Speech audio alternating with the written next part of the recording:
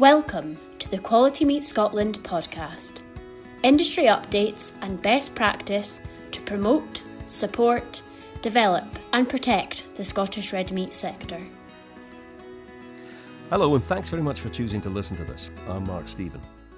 Public and political opinion seems to be changing. Farming is no longer just about producing food. There's a growing desire for the industry to deliver wider environmental benefits and what's known as public goods. For some time now, Monitor Farm projects have been trying out new ways of working, experimenting with new ideas and, most importantly, measuring inputs and outputs. So if you're trying to make the case for Scottish farming, this is the kind of information you need. Iain Mackay is a QMS Monitor farmer involved with a range of trials, focus and benchmarking groups. He's always been actively involved in a wide variety of industry organisations. Iain's got a 5-year tenancy at Terloisk Farm in the Isle of Mull, where he runs 950 North Country Cheviot and Blackface ewes and 55 Highland cows and about 3,000 hectares of rough hill ground to produce commercial and pedigree stock for the breeding and store market. Iain's currently a member of the NFUS LFA committee. Martin Kennedy is another tenant farmer, this time in Highland Perthshire. He has got 600 ewes and 60 cows. He's currently NFUS president and was on the LFA committee some years ago. Welcome to you both. How are you both doing? Good, Mark. Thanks. Good stuff. Glad to hear it. I'll start off with you for a start, Iain. Less favoured areas. In what way is your farm less favoured? The geographical position that we're in here, we're on a remote island, and the soil type and the terrain classes us as less favoured area. But it has its advantages and disadvantages, and we've just got to harness what we can here and make the best use of it and choose to farm in a way that complements what's already here. And how about you, Martin? Much the same. Terrain's different, advantages here and disadvantages as well. When you go further west and where Iain is, it's certainly a lot wetter. Where we are, like smack bang in the middle of Highland Perthshire, it can be a lot colder. So we do have a very late spring, and it's a long winter, and we've got cows inside and such like. So we've all got challenges. But again, soil type, topography, a black heather hill we try and make as much use of as we can with the Highland cows. So yeah, challenging area, but again, has its advantages and disadvantages. But in terms of LFA, 85% of Scotland have some serious challenges. What is it you're both producing? We have beef and sheep, traditional breeds out here on the west coast, Highland cattle and Cheviot ewes and some Blackie ewes as well that suit the area well, and they're a low input animal. Not that they're no input, there's input as them, but they're a low input animal, so they suit the environment here very well. Yeah, but beef and sheep just the same, slightly different from Iain though. We'll have some better land. We're at 800 feet here, we go to 2,500 feet, and in the better land, in the lower ground, we do have some continental ewes and some continental cross cows. And then as we go further up the hill, we're into Cheviots and Blackfaces and then Highland cows on the hill as well. So that's beef and lamb predominantly. We do grow some crop in terms of turnips and kale and rape just to finish the lambs. That's what we do. We try and finish as much as we can. We sell some store and the rest all finished. Let's look at this from the other side of the telescope. If you weren't trying to produce beef and lamb, Iain, what could you produce in the land you've got? We've tried bits and pieces, as Martin says. He's got forage crops in, and we've tried to grow forage crops here to actually finish lambs. So we're really limited. Grass, with some grass fields, and it's really grass and hill that's out there. There's no cropping of any kind takes place here at all. With the short growing season we have and the type of soil we're on, really we're very limited to what we can actually produce as a food source, as a food product. Yeah, very similar. I mean, we don't grow any grain or anything. I mean, years and years ago, and I'm sure it was the same in Mull, it would be some, it's very difficult and challenging. Economics of growing some, high value crops is a real struggle, and when you're in the hills, and that's a real problem. But what we can do is produce high quality beef and lamb in a sustainable manner. Just going back slightly, if I can, there, just to the estate, just as I took on the tenancy, they removed 1,000 hectares from the farm to plant trees. Now, of that 1,000 hectares, you'd be lucky if a couple of hundred hectares of trees have actually got to the size of shrubs just now. It's just bush and scrub. So even from that point of view, growing trees out here is an extremely difficult thing to do as well. So there's very little we can actually do with the land out here. And that was a challenge for the monitor farm. When we brought along, we were very lucky to get access to a lot of experts and industry leaders come out here and looked at it.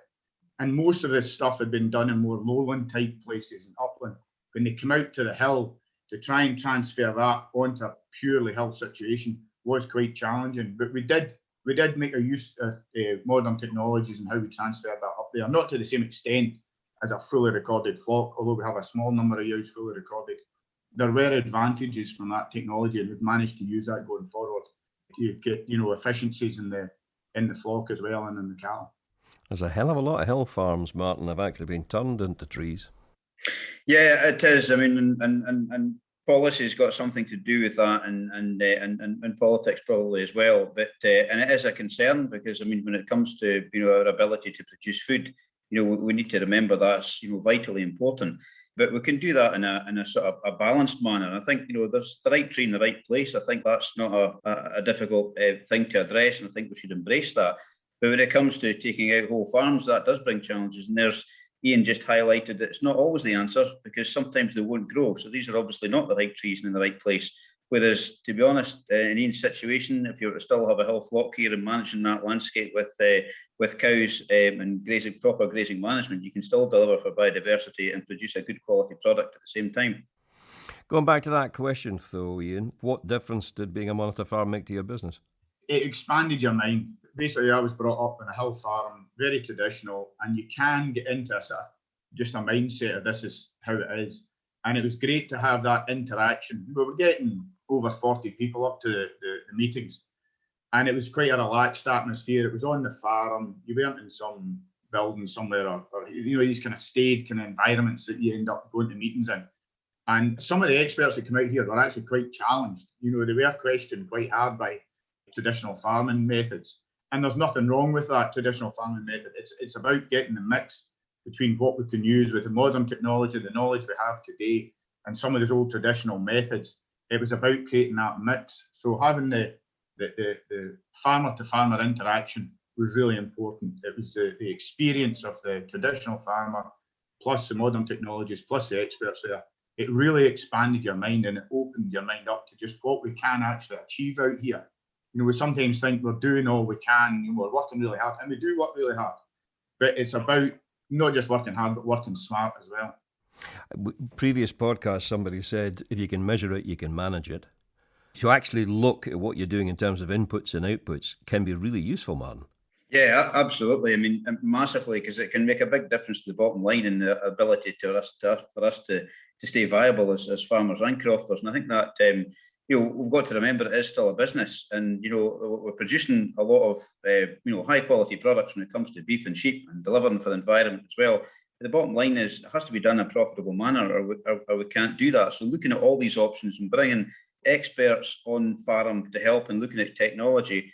And probably, as Iain's rightly said, it's about that farmer reaction. And a lot of these experts maybe get quite challenged because some people get a bit of a reality check when they come on farm, because it's completely different discussing situations when you're in a boardroom, for example, or in some good auditorium and you're listening to getting told this is the way you should do things. When you see it on farm and then actually see for yourself what the challenges can be, trying to integrate what you can do is tremendous, but it's not always just as simple as that. So it's trying to get that balance between using that technology and that practical knowledge that's been tuned in really, for generations, that people that are on the ground know what happens on the ground, they understand the locality very well, but just widening that vision to take on board some of the technologies available can make a big difference, especially when it comes to these inputs and trying to manage inputs a bit better. I started off talking here about environmental benefits and public goods. What do you both understand by those phrases? Yeah, well, a public good, environmental management, environmental benefits is about, that's for everybody. Public goods is about, how it's benefiting our consumers. So if we're delivering a product in a sustainable manner that's actually doing that to the greatest advantage of the environment, looking after our soil health, climate change is right at the top of the agenda just now. So the public goods is us doing food production in a manner that's sustainable and trying to look after the planet. So soil health is absolutely paramount when it comes to climate change. Proper grazing management, biodiversity. So being able to enhance biodiversity, looking after the environment, is in the public goods, in the public interest. So that's where the term public good comes from. And I mean, food production, producing food isn't really a public good. I mean, I know a lot of people say that, but the process of producing food delivers an awful lot of public goods if it's done in the proper manner. So because public good, food is actually something you pay for. It's got a market value, so it's not a public good, but it's the manner it's delivering can really increase in terms of public good and how it's done in a sustainable manner and trying to help with environment and biodiversity at the same time. Yeah, I think the point about public good in relation to food production is, Martin's right when it says it's a product you pay for, but you're far better paying for healthy food that's good for you. I think we could deliver a lot of benefits to the likes of the NHS by just maintaining the health of the public if we can educate people properly about the food products they're eating. People are eating products just now that are doing them absolutely no good, empty calories, and they're paying a fortune for that kind of food. Whereas the type of food we produce, we put stuff into the local slaughterhouse here and sell it ourselves. And you look at the label on the back of that pack of meat, there's very few E numbers or anything in there. There's none. It's just what it is. And through the recording we do, I can go back through generations of animals, whether it be cattle or sheep, and I can tell you exactly what product they've had. And I know there's cattle here that for 3-4 generations, they've never seen one antibiotic in their life. So I can guarantee you, there's an animal, there's beef you're eating or lamb you're eating, that's never had antibiotics. That's to me, that's a public benefit of the food we produce. Right enough, there is a cost to it, and we can deliver so much more if we're supported in the right way to do that. It's really important that we maintain a healthy, vibrant population of people. That's really important, what we can do in delivering in terms of that. So what would you say to folk who say, we're eating too much meat, we should be eating less meat or no meat at all? Well, that's the reality is we're tarred with the same stick as what's happening in many other parts of the world, both from a health benefit, Mark, and also from how production methods as well. When we're tarred with the same stick as likes of California. You go to the Harris Ranch in California, and there's 115, 120,000 cattle in the one feedlot at any given time. And on that one feedlot, we don't have that system here. It's a completely different ball game. And then when you look at the health side of it, red meat is a fantastic. I mean, we know now that there's going to be a real challenge very shortly coming to the Eat Lancet report that's been out. There's a lot of focus on that, where the analysis has come from. The high quality, good, unprocessed red meat is of high value and seriously nutritious, especially to youngsters growing up. And we need to remember that. And Ian's correct. NHS could take a real lesson from this, because, well, not a lesson. We're not going to tell them how to medication, but the reality is the high value and nutritious benefits, whether it's vitamins, minerals, everything that's in high protein and unprocessed red meat is colossal. And I think we can't forget that. And if we're not very careful, some of the products we're eating right now, it's not going to do us any favour. We've got to think what's going to happen 20, 30 years down the line. We've got quite an old generation just now that have eaten a lot of unprocessed red meat over the last 40, 50 years. And we've probably got an older generation now than we've ever had in the past. I'm not convinced that's going to be the case in 20, 30 years' time if we keep going. And that was based on a lot of red meat that's been consumed in the past. It was a big part of the diet. And you didn't need an awful lot extra if you had a good quality red meat and some good quality veg as well. Locally grown, without all the, Ian's just highlighted about no E numbers, no additives, none of the rest of it. But all the things that goes into processing is where the harm is coming from, not the red meat itself. What are your inputs, Iain? Well, through the Monitor Farm, we've basically reduced our inputs, as in artificial fertilisers. We don't use any artificial fertiliser anymore.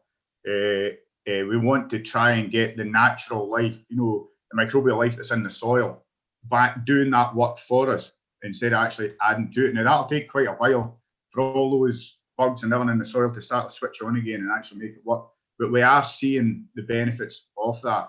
So in terms of that input, and same with the chemical sprays, we've reduced that as well to just about, we prefer to use the weed wipe rather than just spraying across the field to target what we're doing. Really focusing and targeting. We weigh all the animals now. Everything gets weighed and dosed to its exact weight. Claire, my partner, she likes technology. I'm not so good, but we've got an automatic drencher that reads off the stock recorder, and it tells it exactly what each animal should get dosed. So in terms of that, we're reducing our product use as well there. In terms of bringing the cattle size down as well, we've brought the weight of the cattle down. So again, reducing the amount of product we need to use. And the same with the sheep. We've managed to standardise the weights of the sheep. So we're more targeted with any of the inputs we use. Your farm, you mentioned earlier, Martin, runs from 800 to 2,500 feet. I mean, that's not farming, that's mountaineering. What are the habitats contained within that? Because it must vary quite a lot. It is, and I mean that's why we're very stratified in the systems we have. We do have a number of fields. We do put fertiliser on, but we're doing variable lime spreading. We're using technology, GPS, soil mapping, things like that. Now we've never ever dreamt of doing that before on a Highland upland farm. When it comes to delivering for biodiversity, the Highland cows up in the hill are doing a massive amount of good. We introduced them back in 2015, and we find now that it's actually helping with the productivity of the hill. It's helping in terms of waders. It's improving the hill with all the dung from the cattle, the sort of different grazing style that the cattle have is a big difference in biodiversity. So it's squaring that circle between a carbon audit and environmental audit is very challenging. But we sort of really highlight what these challenges are. So as you go higher up the hill, it's a different scenario. We've got the hill breeds in the hill when it comes to sheep, Highland cows on the hill, delivering for biodiversity, but we're still producing a product when it comes to, a high quality product when it comes to producing food. So we're quite stratified here, hence the reason we have the different breeds as we go higher up the hill. Martin's right in that, what he says there, that every farm's different. It's not like taking over a factory producing cars or making bricks. Yeah. Basically that's a very same industry, no matter, same process, no matter where you are. Farming, one farm a mile down the road can be completely different to its neighbouring farm. And it takes you a long time to actually learn how to work that farm and the environment you're working with. And, the great advantage we've got here is we've got scope. There's 3,200 hectares here.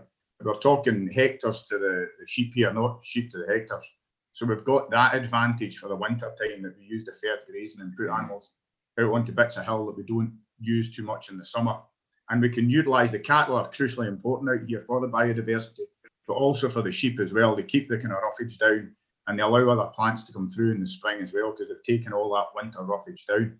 And it's taken me 5 or 6 years to actually understand how the hill works.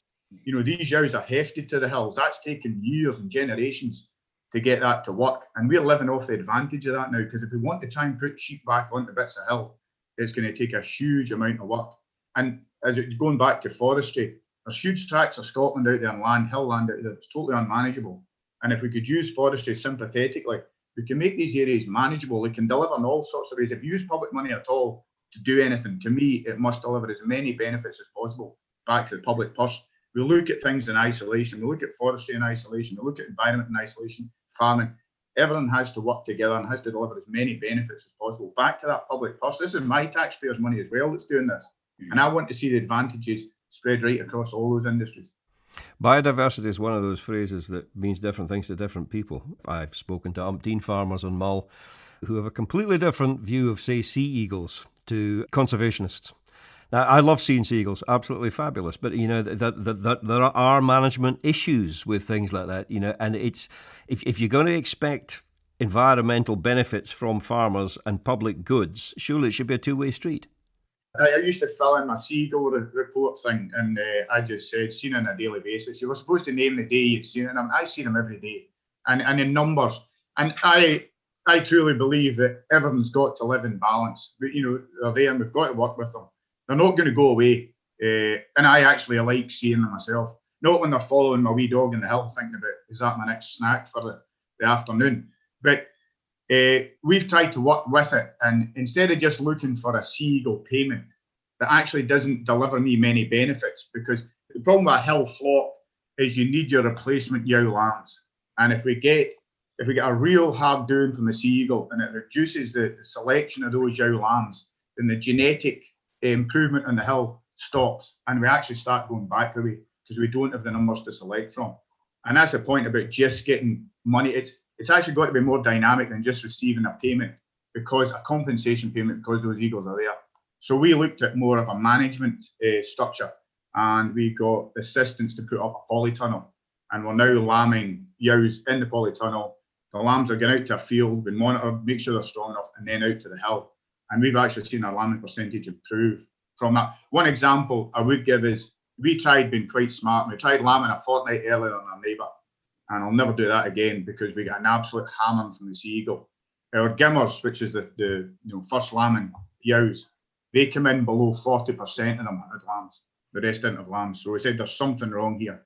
Following year, we scanned those gimmers. We were scanning at over 100%, and yet we were losing more than 50% of the lambs. Some of that would be just down to what happens, at lambing time. There's lambs lost, maybe a lamb hung or something like that.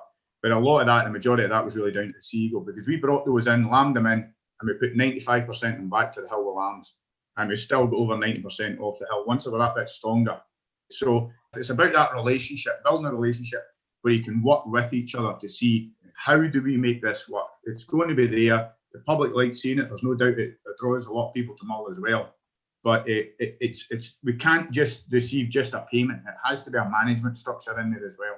Yeah, I think Ian's absolutely spot on, Mark. The management, it's got to be a managed balance, and I mean, and it's right across all species. It's not just in seagulls either, because it's the impact. When you look at other species, even badgers, for example, we're always complaining about species and biodiversity and other animals that has an impact on agriculture. That's not the case. The vast majority of farmers and crofters throughout Scotland are really concerned about the environment and biodiversity, and they want to look after wildlife. We love to see it; it's fantastic. But if you've got, like we have here, with a number of curlews, oyster catchers, lapwings, always have had. We've been in agri-environment schemes for as long as we've been here. And it's great to see. But if you have an influx of badgers were to move in, and there is one or two going about, the impact that they can actually have on other biodiversity. And it's, other organisations sometimes maybe need to see that slightly wider, because it's not just about the impact on agriculture, it's the impact on other species as well. And I know, you go down to, even going down to Fife, my wife's actually from Fife, and years ago, down there, you used to, very rarely, you'd see a buzzard, and it was, that's fantastic. Look at that buzzard. That's really good to see.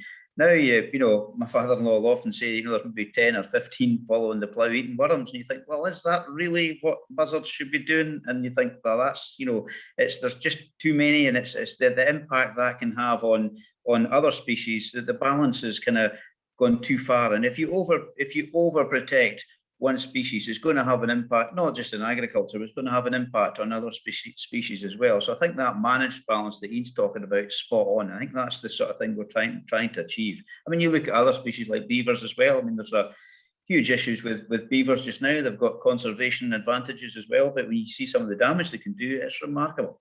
We've touched on this already. How much of this is a consequence of the fact that we tend to approach things siloed, this department talks about such and such, this department talks about something else, blah, blah, blah. It needs to be a much more holistic, rounded, joined up approach. Absolutely, yeah. I mean, I mentioned beavers there briefly just now. We've only got about 8% of prime agricultural land in Scotland. That's high value land that can grow high value crops. That's where a lot of beavers are doing a lot of damage. The reality is, if we don't, and this is the sort of alternatives why we cannot look at things in silos. If we can't produce it here, we then just have to import it from other parts of the world. So is that really ticking the climate box change or local food or food miles? It's not really at all, because quite often when we import products, they don't have the same care and attention to what we do when it comes to not just producing beef and lamb, but producing all other kinds of crops and growing standards. We pride ourselves in Scotland. I think it's fantastic. Yeah, and we're all very keen to do more and do what we can. But we'll have to take a holistic view, because if we silo things completely, it comes back to the trees as well. If we have too much focus on trees, we have some large blocks of trees behind us and go down through Griffin. And if you want to see desertification, you go into that canopy, there is nothing there, absolutely nothing there. Any wildlife that was in that ground before comes out onto the farmed land to feed and live basically, and they'll go into the wood for shelter. But it's just like a desert inside some of these canopies. But if you can do woodland in the correct manner, so don't look at it. Yeah, we can't look at forestry, and again, not looking at it in silos. Forestry is great, sequesters carbon, but nobody counts the sort of infrastructure that's built round about it or any of the negatives when it comes to harvesting, transport, the whole infrastructure that's built around it. So that's a challenge as well. So we can't look at it just in silos. I just, Martin's absolutely right. It is about joined up thinking. But the experience I've had is that the ground troops, if you want to call them that, from whether it's agriculture, forest, environment, are all more like that. It's when you get up, and maybe I shouldn't say this, but it's when you get up into the upper management that then decide on policy, and then it goes to government level. The way we pay out support payments, whether it's either to forests or whatever, they're designed to deliver only almost one benefit. Now, if the support payments were designed to deliver multiple benefits, that would bring us closer together as well. So government's got a real responsibility here to say, how do we manage this? It's on the ground, I think it works, and the people want to work together. But we get further up there, it gets more siloed the further up the management level it goes. You obviously both feel that what you're doing is already delivering environmental benefits and public goods. How important is it to actually communicate that to the public?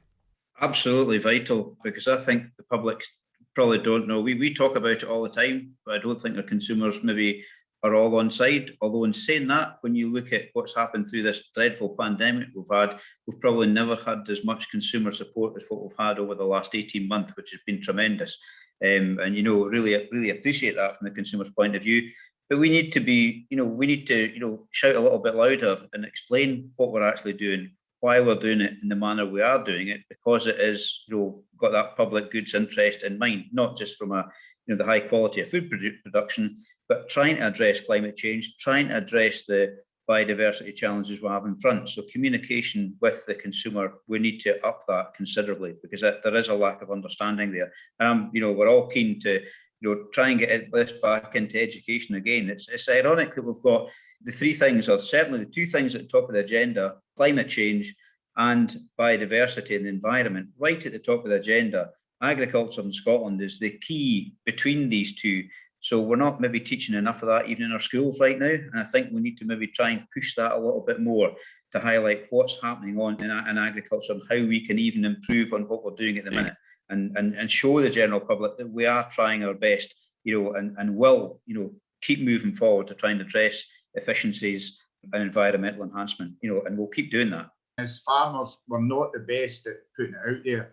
We work in an isolated industry, but it's a very open industry. You just drive through the countryside and you see exactly what we're doing. We don't hide things. We're not there to hide things, but we don't sell ourselves well enough to the public. But we are getting better at it. You've Open Farm Sunday and all these things. And I think there is an interest now more from the public, and especially through the pandemic, of what we're actually doing and the benefits we can deliver, both for the environment, both for climate change and healthy food product as well. There is an interest, and I think there's an understanding. We've been absolutely hammered for the last, I don't know how many years, and it's been a lot of misinformation and what's been put out there about the damage we're doing. It's all about the damage we're doing, but there's very little we're getting out there about actually what we are doing to negate all that.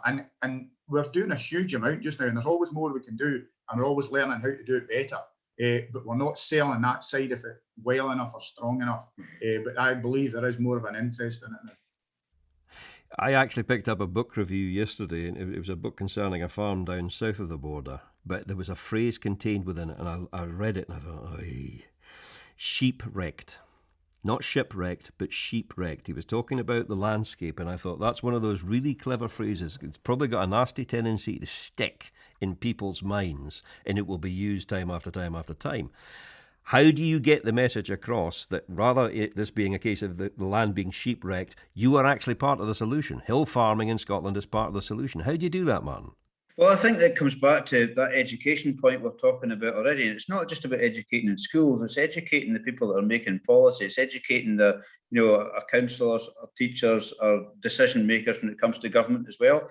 Because again, it's about, where we are in terms of our global competitors or partners, maybe you should be saying, because we're actually leading the industry. We are able to do things in a sustainable fashion. We are starting from a fantastic place in Scotland.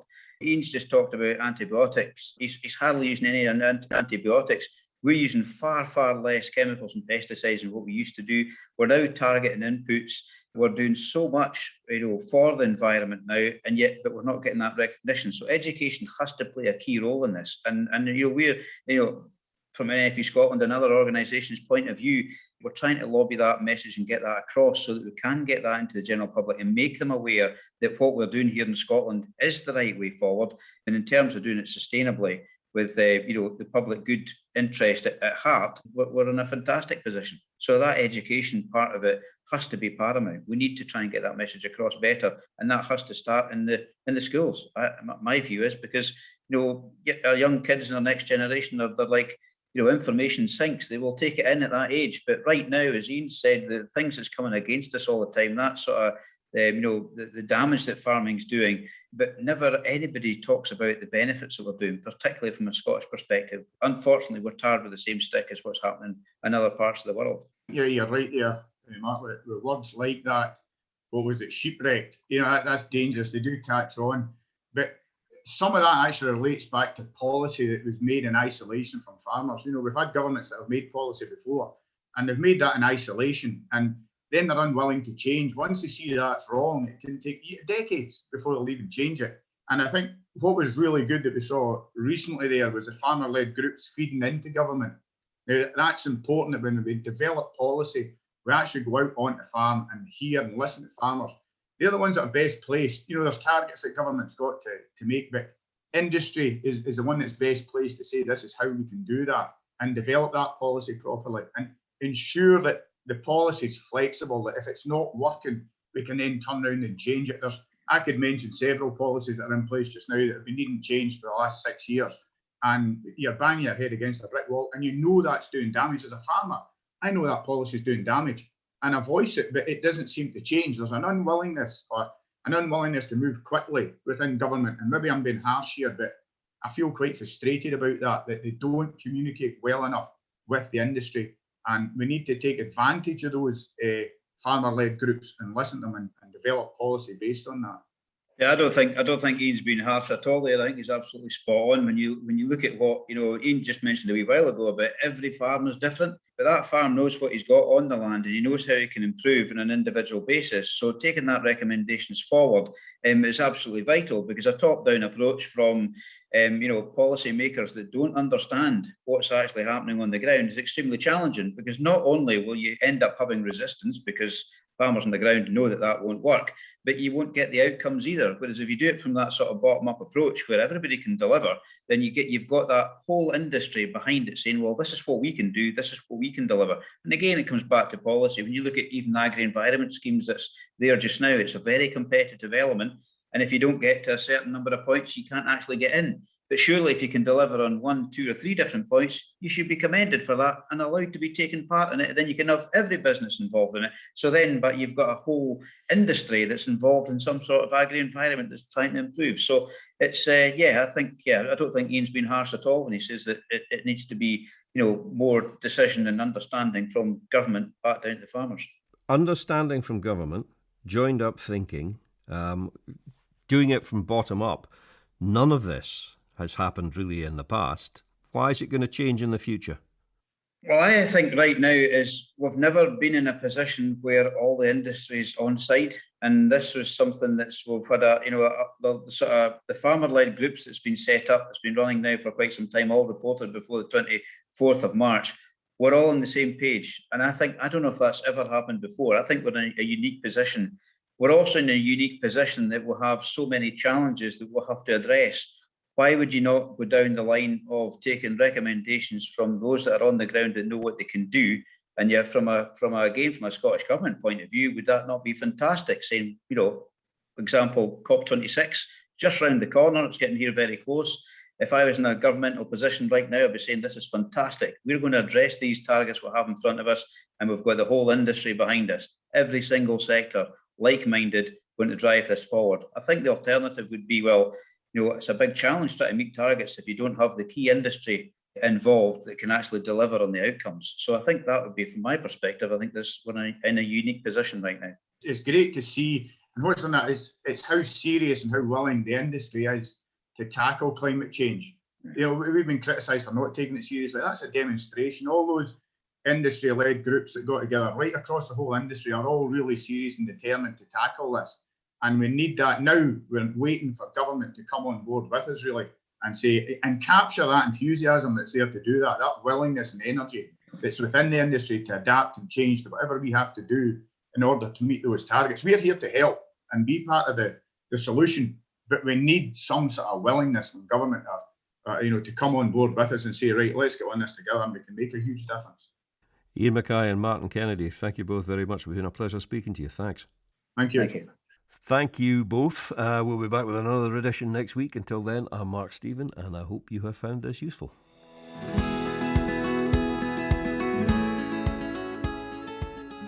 Thank you for listening to the Quality Meat Scotland podcast.